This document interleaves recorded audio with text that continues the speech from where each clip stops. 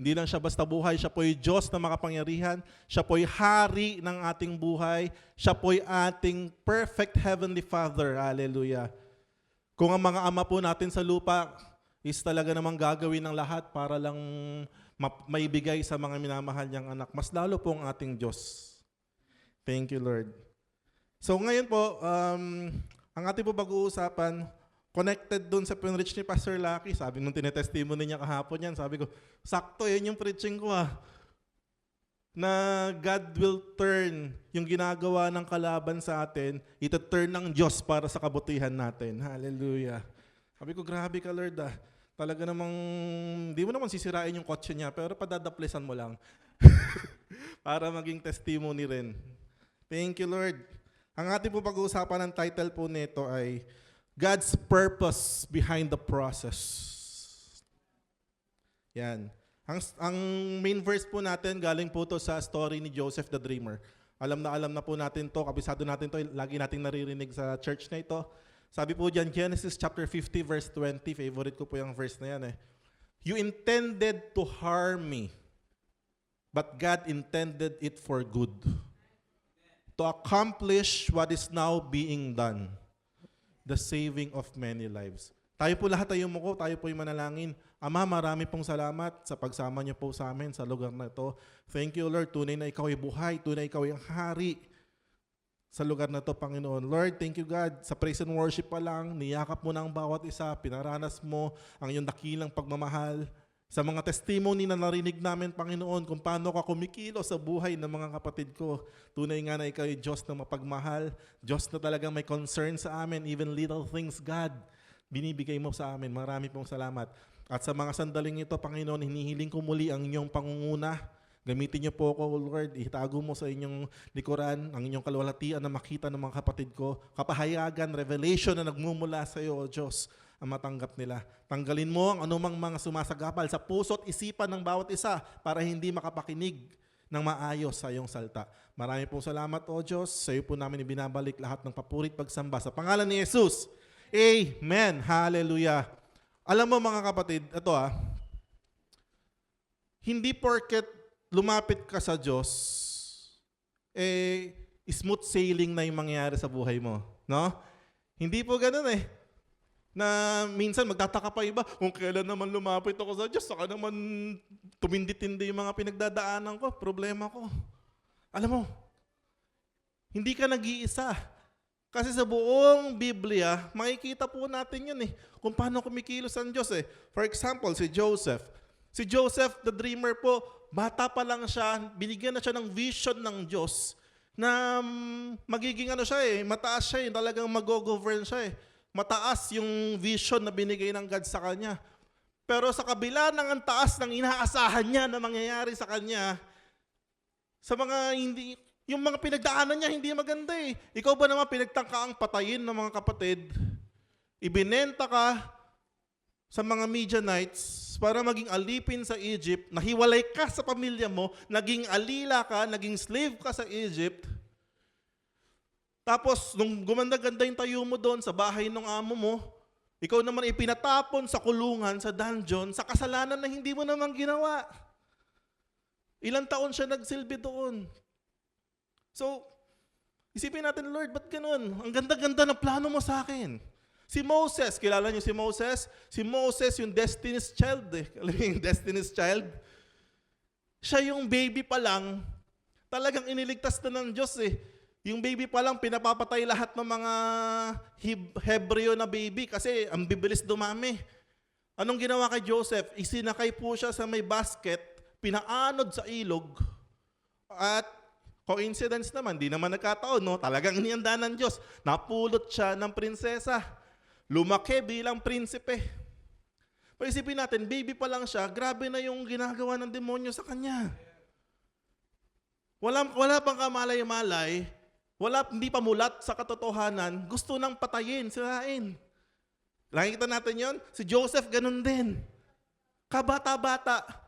Pero dahil may malaking purpose at plano ang Diyos sa kanya, bata pa lang gusto nang tagihin. Spiritual po yun. Si Pedro na napaka talaga namang mahal na mahal si Jesus. Sabi niya, over my dead body. Ganon siya talaga kay Jesus. Pero si Pedro, na-demonyo din. Tama ba? 3 beses niyang dininay si Jesus. Siguro, talaga namang ang sakit sa kanya nun. Nung pagkatapos niyang gawin yun. Kasi grabe yung passion niya eh. Si Pablo na naging persecutor ng mga Kristiyano, mamamatay ng mga Kristiyano, taga-okay pag may papatayin na Kristiyano. Ayun sila nagsimula eh. Si Jesus, baby pa lang, pinapatay na. Tama ba? Talaga namang itinakas siya ng itinakas. Hanggang nung nagsimula siya na ng ministeryo niya, siya'y pinagbintangan, inakasuhan sa kasalanan, hindi niya ginawa. Pinahirapan, pinatay, ipinako sa krus. Grabe. Alam mo kasi nakikita ko dito talaga pag may plano ang Diyos sa buhay mo. Wala namang plano ang Diyos na hindi maganda. Alam niyo ba yun?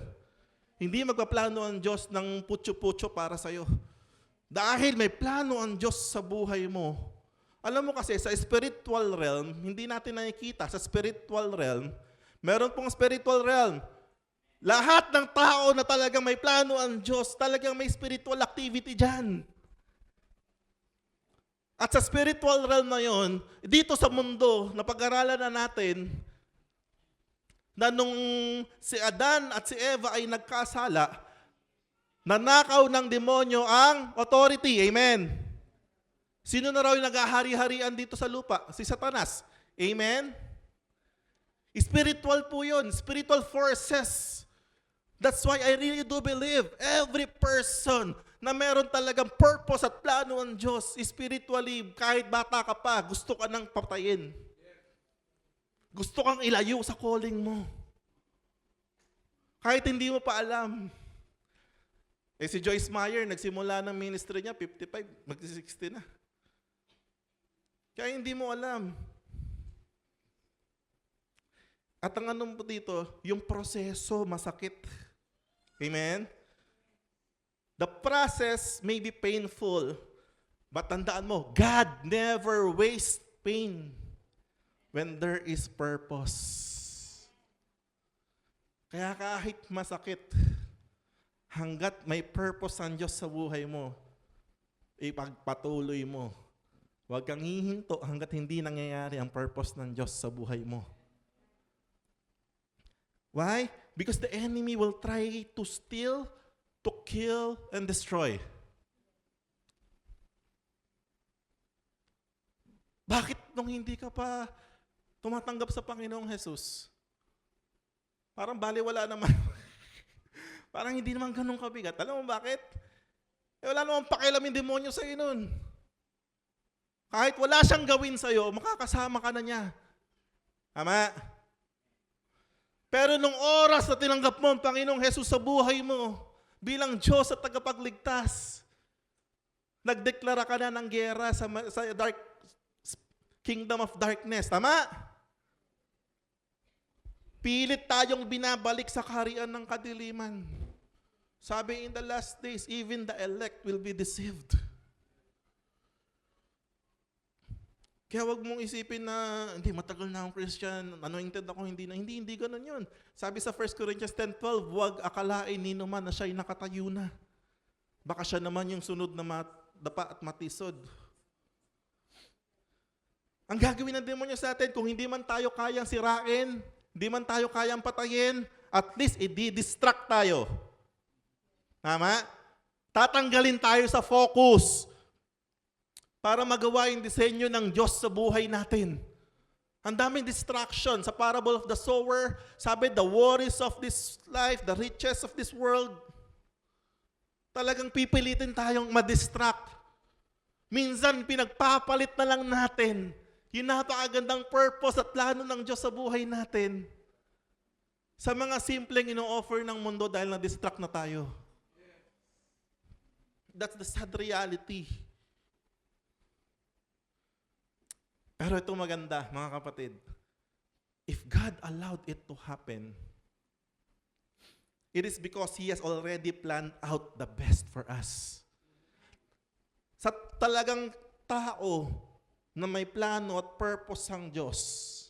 Kilala na ni Lord yun kung sino yun eh. Tama, habe? Sabi sa Romans 8:29 yan. Alam na ng Diyos. Sa mga tao may plano talaga ang Diyos. Ibig sabihin pastor, hindi lahat ng tao may plano ang Diyos. Siguro. Kasi hindi naman lahat tatanggap sa Kanya. Tama? Pero sa'yo na talagang tumanggap sa Panginoon, siya na ang iyong hari, siya na ang iyong ama, siya na ang iyong Diyos. Definitely may plano at purpose ang Diyos sa'yo. Kaya nga sabi ni Pablo, make your calling and election sure. Araw-araw siguraduhin mo, Lord, nasa iyo ba ako? Lord, nasa plano mo ba ako? Lord, kasama ba talaga ako sa plano mo? Baka nag-a-excel ako ng panahon dito, 30 years na ako, tapos 31, babagsak din pala ako, iiwalay rin pala ako. Make your calling and election sure. Why? Definitely kasi pag nasa plano ka ng Diyos, kahit na gaano kabigat yung pinagdaanan mo, kahit na gaano kasakit, kahit gaano kadilim, basta nasa plano ka ng Diyos, definitely. Sabi niya sa Romans 8:28, sabi diyan, may verse ako diyan, and we know that in all things God works for the good of those who love Him. Hallelujah. Sino yun? Those who are being called according to His purpose. Walang makakapigil sa plano ng Diyos. Tama ba, no? Minsan kasi kita mo to. Kung hindi ka makuha sa patayin ka ng demonyo na lang, kasi talagang naging martyr, minsan, ang Christian hindi na kinukuha sa mga ganun eh. Alam mo kung saan na kinukuha yung mga Christian ngayon? Sa blessing. Kung hindi ka makuha sa santong patayan, kukunin ka ng demonyo sa santong bigayan. Madidistract, mawawala ka din sa kanya. Or minsan, sad to say, sa temptation. Pag nag-fall ka minsan sa temptation, makakagawa ka ng mabigat na kasalanan, anong susunod doon? Condemnation. Pag kinondem mo na yung sarili mo, hindi na ako karapat-dapat sa presensya ng Diyos. Hindi na ako karapat-dapat lumapit sa Diyos. Nakakahiya na pumasok sa church kasi ang lala na ng kasalanan ko. Hindi na ako kayang tanggapin ng Diyos. Pag ganun na yung mindset mo, wala na, nabura ka na rin. Ganun ang ginagawa sa atin ng demonyo. Pero sabi nga ni Buddha, ang sweet ni Lord. Kasi kahit minsan dumaan na tayo sa ganung mindset, pero dahil hindi ka bumitaw sa pananampalataya mo sa Diyos, His purpose prevail in your life. Isang balik mo lang, nagkaroon lang ng mga detour yung buhay mo. Amen. Nagka-detour lang, pero babagsak ka pa rin sa purpose ng Diyos. Hallelujah. Kaya minsan di mo lang maintindihan eh. Bakit ko pinagdaanan to? Tagal kong pinanghawakan, wala akong violation. Di ba? Pag yung natitigitan ka, parang sama na sa loob, di ba? Sana nag-iingat pa ako. Ticket lang yun, ha? Hallelujah. Sabi sa Isaiah 46:10, only I can tell you the future before it even happens. I love it. Si Lord kaya na sabihin yung future. Tapos na yan. Everything I plan will come to pass. For I do whatever I wish. Hallelujah. Kaya ngayon, mga kapatid, I really want to encourage you. Believe and pursue. Maniwala ka, habulin mo yung katotohanan that God has a purpose in your life. Dahil kung ikay tao na hindi mo alam na yung purpose ng Diyos sa buhay mo, wala nang sense yung buhay mo. Pero kung alam mo na may purpose pa ang Diyos sa buhay mo, kahit gaano kabigat yan, magpapatuloy ka pa din. Hindi ka hihinto hanggat hindi nangyayari yung purpose niya. Dahil sabi niya sa verse na binasa natin, everything I plan will come to pass. Magaganap at magaganap din. Anong kailangan gawin? Make sure that you are surrendered to Him. 100%. Minsan kaya tumatagal. ma-fulfill yung layunin ng Diyos sa buhay natin. Alam niyo bakit? Patient si God sa buhay natin eh. Hinahayaan niya hanggang matuto tayo, hanggang wala na tayong choice. Kundi 100% Lord, suko na ako. May your will be done in my life. Hindi na yung kalooban ko, kalooban mo na, O Diyos. Kaya minsan God is allowing us na dumaan sa mga madidilim na parte ng mga buhay natin. Pero gagamitin ka pa rin ng Diyos. Amen? Hindi mo pwedeng husgahan yung plano ng Diyos sa'yo nakabase sa nakalipas mo. Yung nakalipas mo, pwedeng gamitin ng Diyos yan para ma-fulfill yung purpose niya sa buhay mo. Hallelujah. Sabi niya sa Isaiah 55, verse 8-9, "For my thoughts are not your thoughts, neither are your ways my ways, declares the Lord. As the heavens are higher than the earth, so are my ways higher than your ways, and my thoughts than your thoughts." Kaya minsan may mga bumabagsak na Christian, ano mo bakit? Pinangungunahan ng Diyos. Amen? Huwag mong hulaan or i-predict ang ways ni Lord. Magtiwala ka lang sa Kanya that He is in control. Hallelujah. Alam mo, ito kung bibigyan ka ng chance na pumunta sa future after 100 years, tapos malalaman mo yung naging storya ng buhay mo, mababasa mo. Kasi ganito yung nangyari kaila Joseph, kaila Moses. Alam na kasi natin yung ending, tama no? Na kahit naghirap si Joseph, alam natin yung ending, naging governor siya ng Egypt. Kahit si Moses, alam niyo ba si Moses? Nung 40 years old siya, nakapatay po siya ng Egyptian. Ang nangyari sa takot niya, nagtago siya. Tama? For 40 years. 80 years old na siya. Akala niya wala nang gagawin ng Diyos sa kanya. Akala niya wala nang plano ang Diyos sa kanya. Pero alam natin meron. Amen? Kasi nabasa natin. Kaya sabihin ko, kung bibigyan ka ng chance ni Lord, makita yung buhay mo sa future, yung buong tapos. If you will only see what's the purpose of God in your life, you will not complain. Amen? Hindi ka magko-complain, hindi ka magrereklamo sa pinagdadaanan mo ngayon. Kung alam mo lang kung ano yung purpose ng Diyos sa buhay mo, you will persevere. Magpapatuloy ka kahit mahirap. Hindi ka susuko. Kung alam mo lang yung purpose ng Diyos sa buhay mo, you will walk in righteousness. Kasi alam mo, may purpose ang God na maganda sa buhay mo. You will trust God completely. And you will live your life in constant gratitude sa Kanya. Kasi alam mo, tama no? Ang problema nga, hindi mo pa nakikita. Tama? Wala pa ni sino man sa atin dito nakakita nung ano yung 100% na talagang purpose ng Diyos sa buhay natin. Tama no? Wala pa. May naka-invento na ba ng time machine? Hindi natin alam, no? Baka yung nakikita natin, galing na future. Pero, hindi mo pa nakikita, dito na papasok yung tinatawag nating faith. And there is faith. You don't need to see it to believe it. And that's faith. It's enough that you believe in His words. You believe in His promises. You believe in His law. You believe in His love. Hallelujah. Yung sapatos nga, nang kinalimutan na niya, talaga naman, hindi kinalimutan ni Lord eh. Amen? Exact details. Sabi sa Hebrews 11:1, ang ganda nito sa NLT. Sabi diyan, faith shows the reality of what we hope for. Hallelujah. Faith shows the reality. It is the evidence of things we cannot see.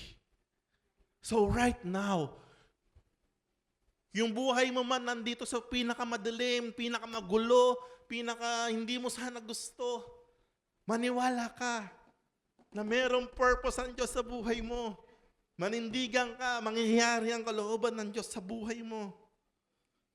Sabi ni Jesus kay Thomas sa John 20:29, because you have seen me, you have believed. But blessed are those who have not seen and yet believed. I don't need to see it to believe it. Amen? Pwede ba natin confess yan? I don't need to see it to believe it. Need to see it to believe it. Hallelujah. Just trust God's purpose. Pagkatiwalaan mo yung purpose ng Diyos sa buhay mo, grabe. And we know that in all things, God works for the good of those who love Him. May kasama ba akong nagmamahal sa Diyos dito? Di nga. Pag mahal mo raw si Lord, pinaglalakip-lakip ng Diyos yung mga nangyayari sa buhay mo.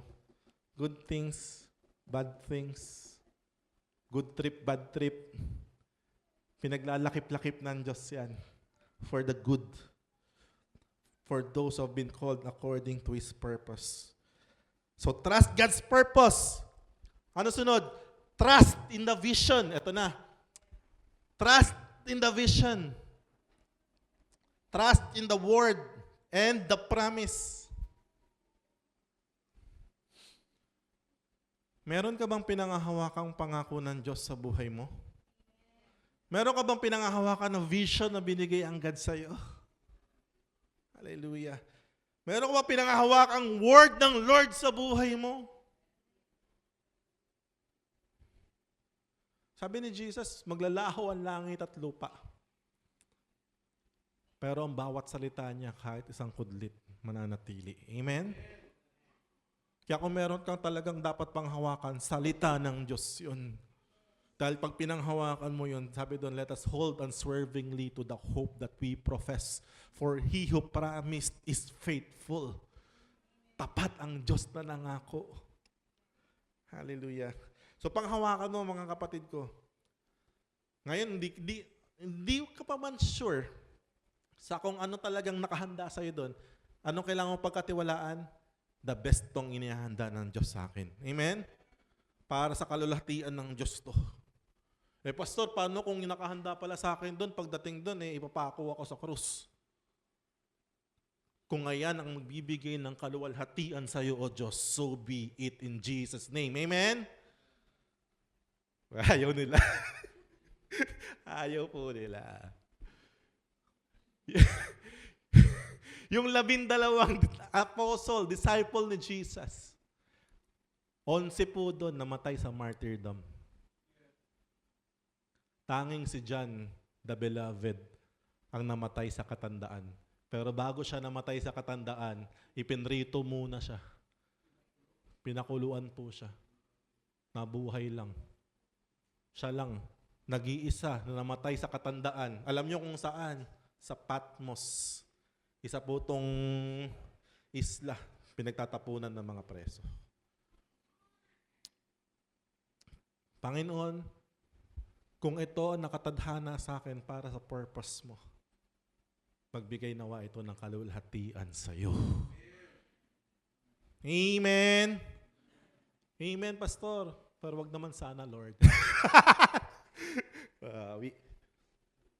Pwede ba magtiwala na lang tayo kay Lord? It's for the best. Maniwala ka. It will be for the best.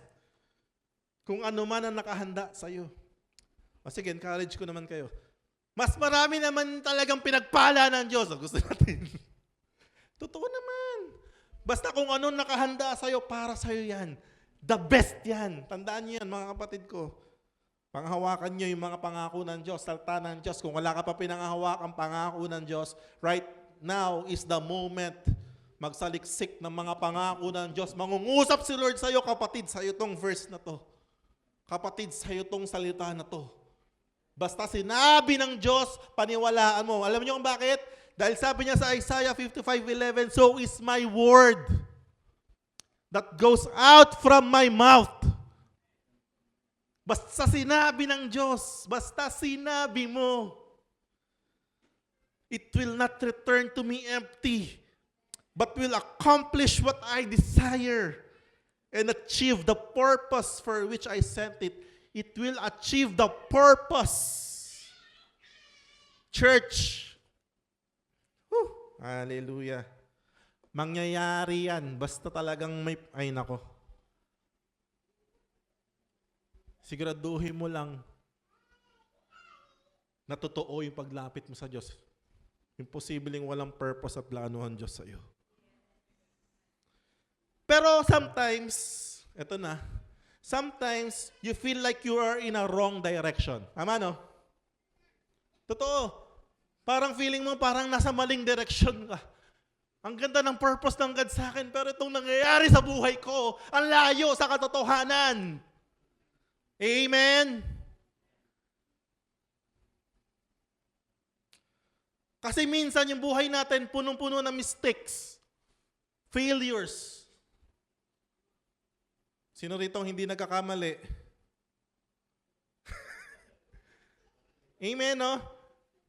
Minsan sa pagkakamali tayo natututo. Tama po ba? Kaya minsan may mga mistakes tayo sa buhay.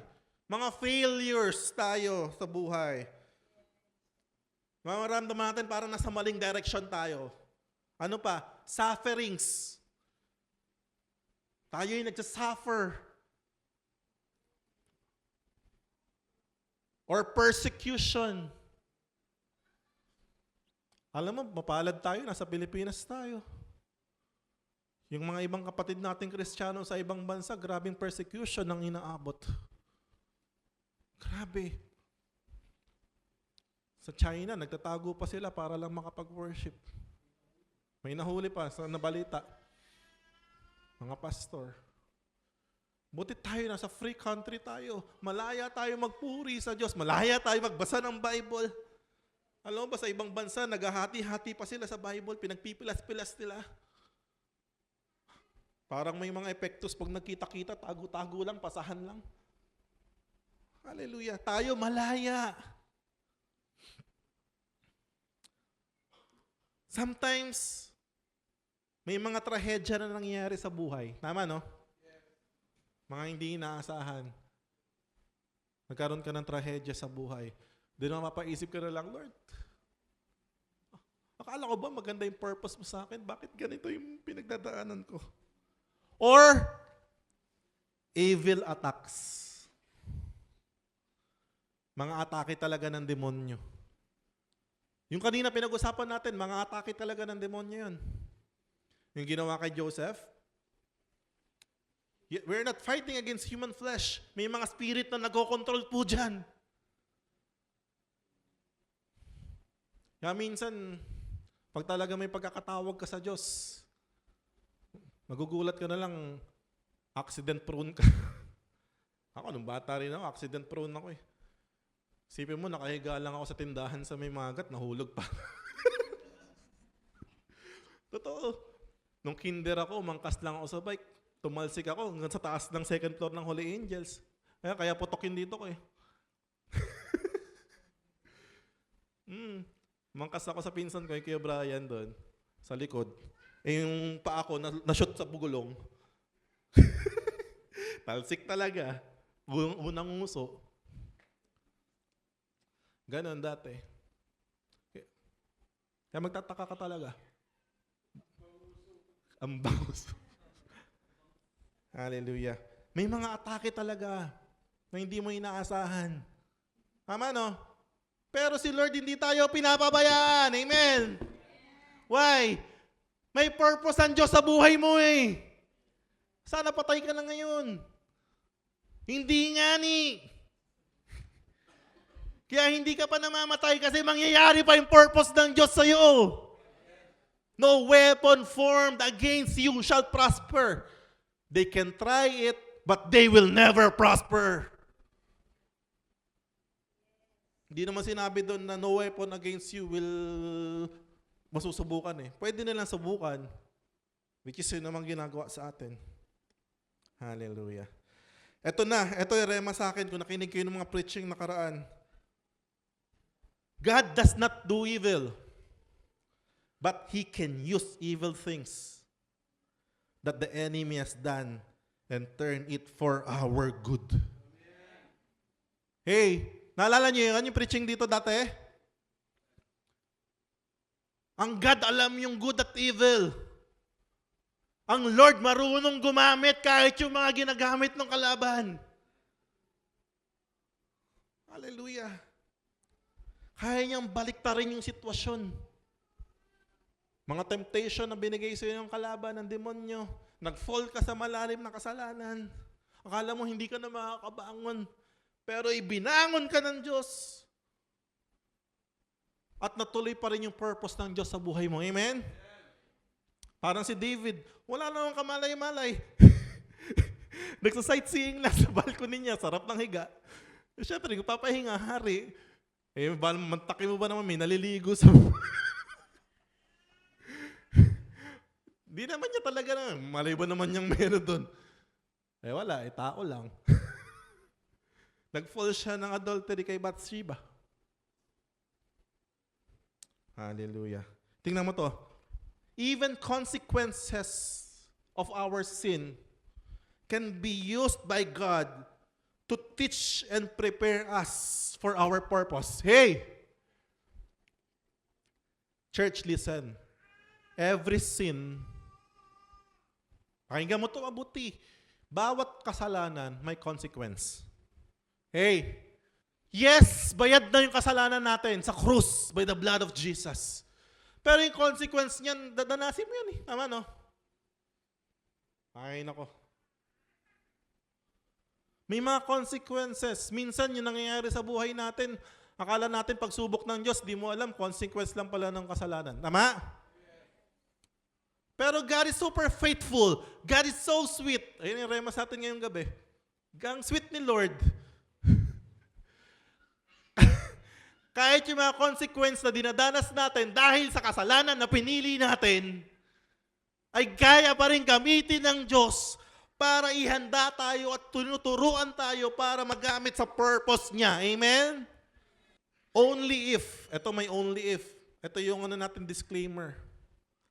Only if there is a genuine repentance. Hindi mo malaloko ang Diyos. You suffer the consequence. God is now ready to use you kapag talagang nagrepent ka. And you learned your lessons. Ay, nako. Kaya nga sabi, ang talagang tao na nakakaintindi ng grasya ng Diyos ay hindi nagpapatuloy sa kasalanan. Amen? For we are not under sin. Sabi doon, we are not under that. Now, and you are ready to surrender everything to God's purpose. Tanong mo yung sarili mo, handa ka na ba? O ayaw mo pa? God's very patient eh. Patient si Lord, tama? Si God never namilit. Anak, tama na yan, tama na yan. Tama na. Halika na rito, gagamitin na kita. Hindi ganun eh. May free will ka yung binigay ng God. Inaantay ka ng Lord matuto. Ang problema, hanggang dulo, nakita ng Diyos, hindi ka na matututo. Ayun yung sinasabi niya sa predestination sa Romans 8:29. Alam na ng Diyos yung mga tao na talaga hanggang dulo hindi magbabago. Alam din ng Diyos yung mga tao na matitigas ngayon na isang araw magbabago. Alam ng Diyos, kilala ng Diyos yung mga totoo na talagang tao, na talagang tatanggap sa Kanya at magsusuko ng 100% sa Kanya. And not because you're already a Christian sa loob ng church, ay 100% nakasurrender ka na sa Kanya. Now, kung handa ka na talaga, kaya nga sabi natin, ito naman yung ginagawa ng God sa atin eh. Nahanda talaga tayo. Ang patient ni Lord sa atin. Di ba sabi, tagal-tagal naman dumating ni Lord. Sabi ni Lord, God is delaying it para sa atin, no? Baka pag bigla dumating si Lord sa atin, baka bigla tayong, kasama ba ako, Lord? God is very patient pa. Tama, no? Now, let's proceed. your identity and your purpose will remain. Hallelujah. Kahit na saan lupalop ka nagpunta. Remember the prodigal son? Sobrang lala ng ginawa niya sa tatay niya. Ang lala ng kasalanan na ginawa niya. Tama, no? Namuhay sa kasalanan, namuhay na hindi inisip yung ama. But the moment, ito nga sinasabi natin, nag-repent, the moment bumalik, hallelujah, hindi nagbago yung identity niya, hindi nagbago yung purpose niya. And ganun din sa mga buhay natin, mga kapatid ko. Your identity and your purpose remain. Sabi, God's calling is irrevocable. Hindi, pastor, bakit may mga Christian, mga pastor, nagbabackslide? Ako, kaya kong sabihin siguro na baka talaga hindi sila tinawag. Kasi tatas ng sabi ng salita ng Diyos God's calling is irrevocable. Eh, alam niya na kung sino yung mga tinawag niya. Amen? Kasama ka ba doon? Uy, magkaroon ka ng kumpiyansa. Kasama ka ba doon? Amen! Kita mo, hindi pa si Lord yung nagtatanong. Sarili mo pa lang. Hindi mo awit. So kung hindi ka pa sure, ngayon, bago matapos to, isusure natin. Okay ba yun? Huwag tayong lalabas dito na ang ganda ng pinag-usapan, ang ganda ng mga pinag-usapan dun sa church Kaso parang di ata ako kasali.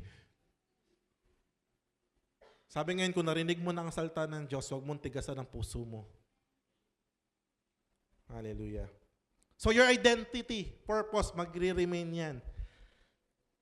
Si Joseph, pinagtangkaan patayin, binenta sa dungeon. Si Moses, nakapatay ng Egyptian. Si Peter, dinenay si Jesus. Si Paul, nag-persecute ng Christian. Si Jesus, binitray, crucified, pinatay. But God's purpose prevail.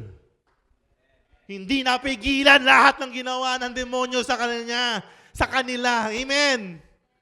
Nanatili hanggang dulo, nangyari yung plano ng Diyos sa mga buhay nila.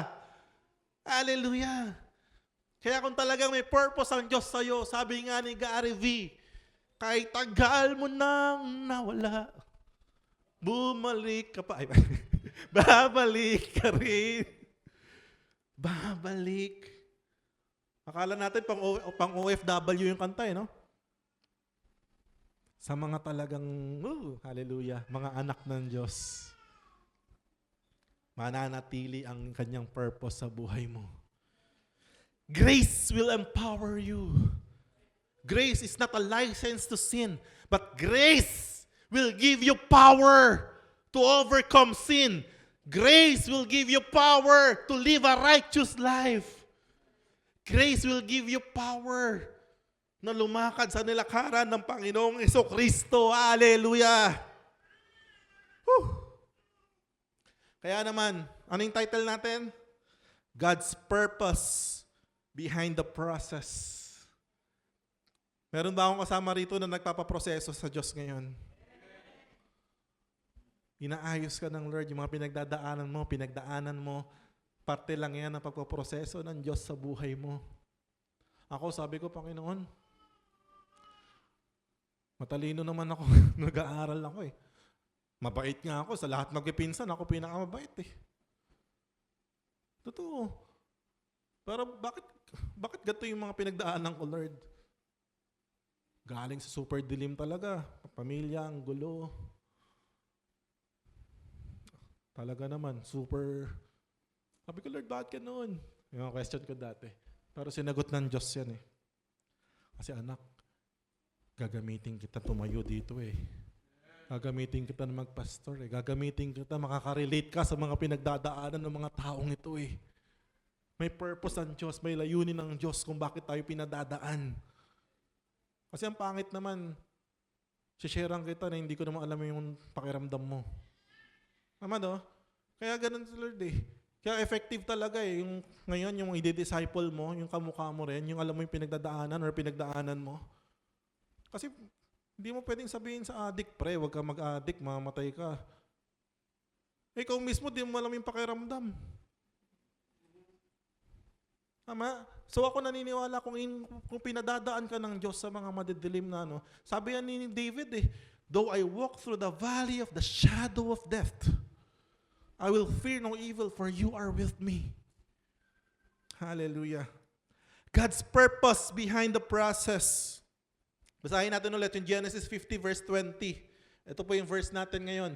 You intended to harm me, but God intended it for good, to accomplish what is now being done, the saving of many lives. Number 1, the enemy meant to harm. Alam mo yun talaga, walang ibang gagawin ng demonyo kundi saktan tayo. Masakit! Masakit, amen? Masakit. Sino po rito hindi pa nasasaktan?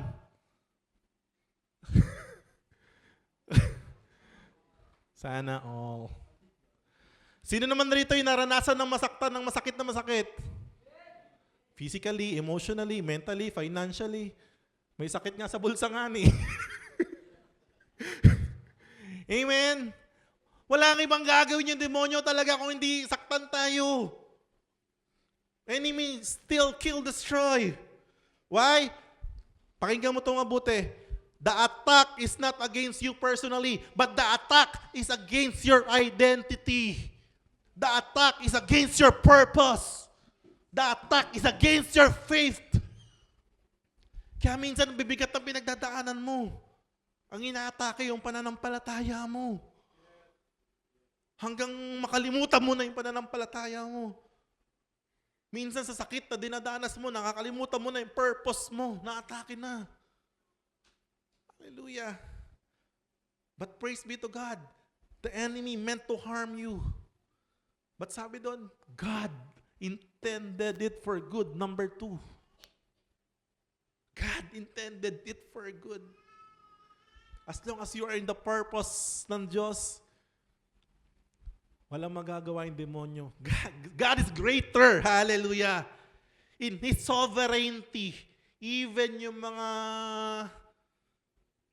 giyawa ng demonyo, kaya niyang baliktarin. Kilala niyo si Job?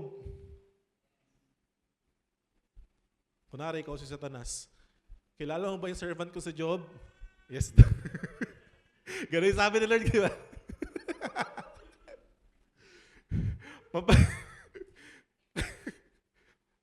Mabait yun, sabi niya. Talaga naman, araw-araw nag-aalay ng offering yun para sa kasalanan niya, kasalanan ng mga anak niya. Grabe ginawa ng demonyo sa kanya. Si Job na walang kamalay-malay. Pinatay yung lahat ng kanyang anak, sinira lahat ng kanyang kabuhayan. Why? Anong inaatake ng kalaban doon? Kasi kaya lang naman ganyan yan kasi pinagpapaala mo. Tanggalin mo yung pagpapala, tingnan mo kung sampahin ka pa niyan.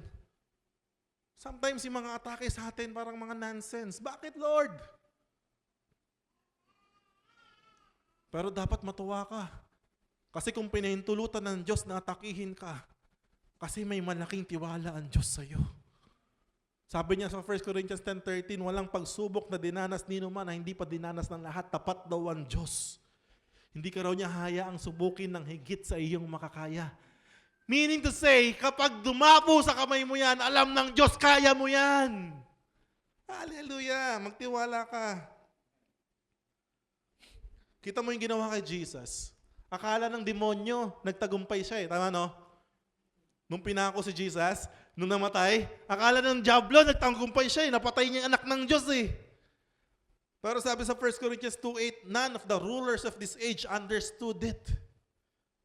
Bob sila, akala nila matalino sila. Kasi kung naiintindihan nila, sabi diyan, for if they had, they would not have crucified the Lord of glory. Ginamit yun ng Diyos, yung pagkapako ni Kristo, para iligtas tayong lahat. God intended it for good. Hallelujah. Number 3, to save many lives. Mga kapatid, ito yung purpose talaga ng Diyos sa buhay natin. Hindi lang basta payamanin ka, hindi lang para bigay yung gusto mo. Ang purpose ng Diyos sa atin para makaligtas ng maraming buhay. Amen? Makaligtas pa ng maraming kaluluwa. Lahat dyan naka-align yung purpose ng Diyos. Kung saang mang paraan. Yung mga apostle na namatay sa martyrdom, nag-lead yun ng matinding faith na maraming tao. Amen? So kung purpose ng God sa'yo is to bless you abundantly, definitely to save many lives pa rin. Amen? Gagamitin pa rin sa kalulhatian ng Diyos. Your process, yung pagproseso ng Diyos sa'yo is not just about you. Tandaan niyo yan. Hindi lang tungkol sa'yo. Hindi sa'yo umiikot ang mundo. Totoo. Hindi lang tungkol sa'yo. Pag pinoproseso ko ng Diyos, hindi lang para sa'yo yan. Because your testimony will become someone else's breakthrough. Totoo. Gagamitin ka ng Diyos.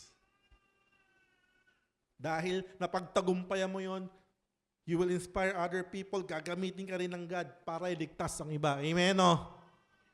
You can never give what you do not have. Tama? So definitely si God bibigyan ka, talaga naman. His purpose in your life will prevail and definitely, ngayon kung hanggang ngayon, ang isip mo pa rin ay parang sarili mo lang. Medyo baguhin mo na po yung isip mo. I-align mo doon sa kalooban ng Diyos. Huwag kang mag-alala. Masyado kasing takot eh. Isipin mo yung purpose ng God sa buhay mo, hindi ka mapapabayaan. Amen? Isipin mo pag ang problema mo, sarili mo lang. E di yung natatamasa mo pang sarili mo lang. Amen, no? Unti lang. Pero ang nasa isip mo, yung purpose ng God to save many lives, ay tingnan mo naman kung anong pagpapalang kayang gawin ng Diyos sa buhay mo. Kung paano ka kayang gamitin ng Diyos. Hallelujah. Nakakalungkot yung balita na natanggap natin noong nakaraan, mga 14, 15 years old, nagpapatay sa school. Pero alam mo, nakikita ko ngayon, ginagamit ng God ngayon yun para buksan ng maraming campus ministries. Palakpakan si Lord dyan. Thank you, Lord. Grabe. Yes, malungkot tayo sa nangyari. Kademonyohan. Kademonyohan yun eh. The evil meant to harm people. But God intended it for good. Now, yung mga eskwelahan na sobrang ayaw magpapasok ng mga magtuturo ng mga moral values sa mga bata, sila mismo ngayon nag-iisip na. Kasi yung mga bata, mga wala ng moral. Ewan ko, saktong-sakto eh. Kasi ngayon, papasok tayo sa URS. Hallelujah. Alab. Papasok tayo sa Litex. Liab. May siklab na, may alab na, may liab pa. Hallelujah. Pag-aapoyin natin yung mga puso ng mga tao para bumalik sa Panginoon. Hallelujah. Thank you, Lord. So nakita natin, ito, tapos na tayo. Si Joseph, ang tindi na pinagdaanan, pero ng ending niya, he saved the lives of the whole Israelites. Si Moses, grabe naman, bata pa lang, pinapatay na. Nakapatay siya nung 40 years old, pero nung 80 siya, ginamit siya ng God para ilabas ang Israelite. Ginamit pa rin siya ng God. Si Peter, na talaga namang dininay si Jesus, after nun, naging bold siya sa faith niya, leading the early church. Amen? Si Paul, naantindi ng history niya, persecutor ng Christians, siya yung ginamit na apostle ng mga Gentiles. Umabot yung pananampalataya dito. And most especially si Jesus, na talaga naman, antindi ng mga pinagdaanang matalupit, pero Jesus Christ, dahil sa Kanya, tayo po'y natubos, tayo po'y naligtas, at tayo ibinalik sa original design ng Diyos sa atin. So ngayon, do not question God kung nasang phase ng buhay mo ikaw. Sabihin mo lang sa sarili mo, Lord, I believe, nakasama to sa pagpaproseso mo sa akin. Dahil isang araw, makikita ko yung kalulhatian mo sa buhay ko. Lahat ng pinagdaanan ko, magagamit ko. Hallelujah. May natutunan po tayo ngayong gabi. In conclusion po, You may not understand the process now. Hindi mo man naiintindihan pa ngayon. Totoo. May mga bagay na hindi tayo naiintindihan pa sa buhay natin. Tama, no? But someday, you will thank God for every battle, every delay. Lord, buti na lang, dinelay mo. Kasi kung medyo maaga nangyari, baduy. Mga ganun, di ba? Nung dinelay niya yung punta niya kay Lazarus, sana gumaling lang. Dahil dinelay niya, hindi lang gumaling. Binuhay pa, restored. You will thank God for every closed door. Ay, buti na lang, Lord, hindi ako natanggap doon.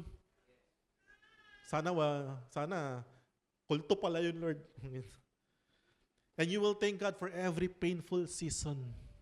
Kasi yung mga painful season na yan, it makes you stronger. Amen? What doesn't kill you makes you stronger. Totoo naman. Naman, no?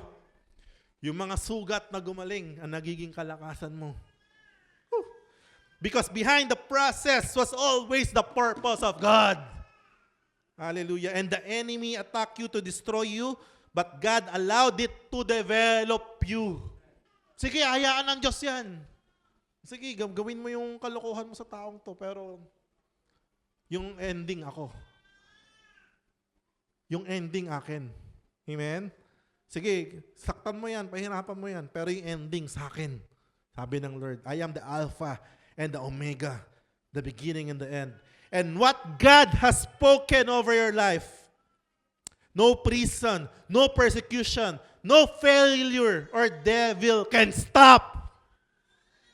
Hindi kayang pigilan yan dahil yung purpose ng God sa buhay mo mangyayari. Why? Because God's purpose will prevail. To God be the glory po. God bless you.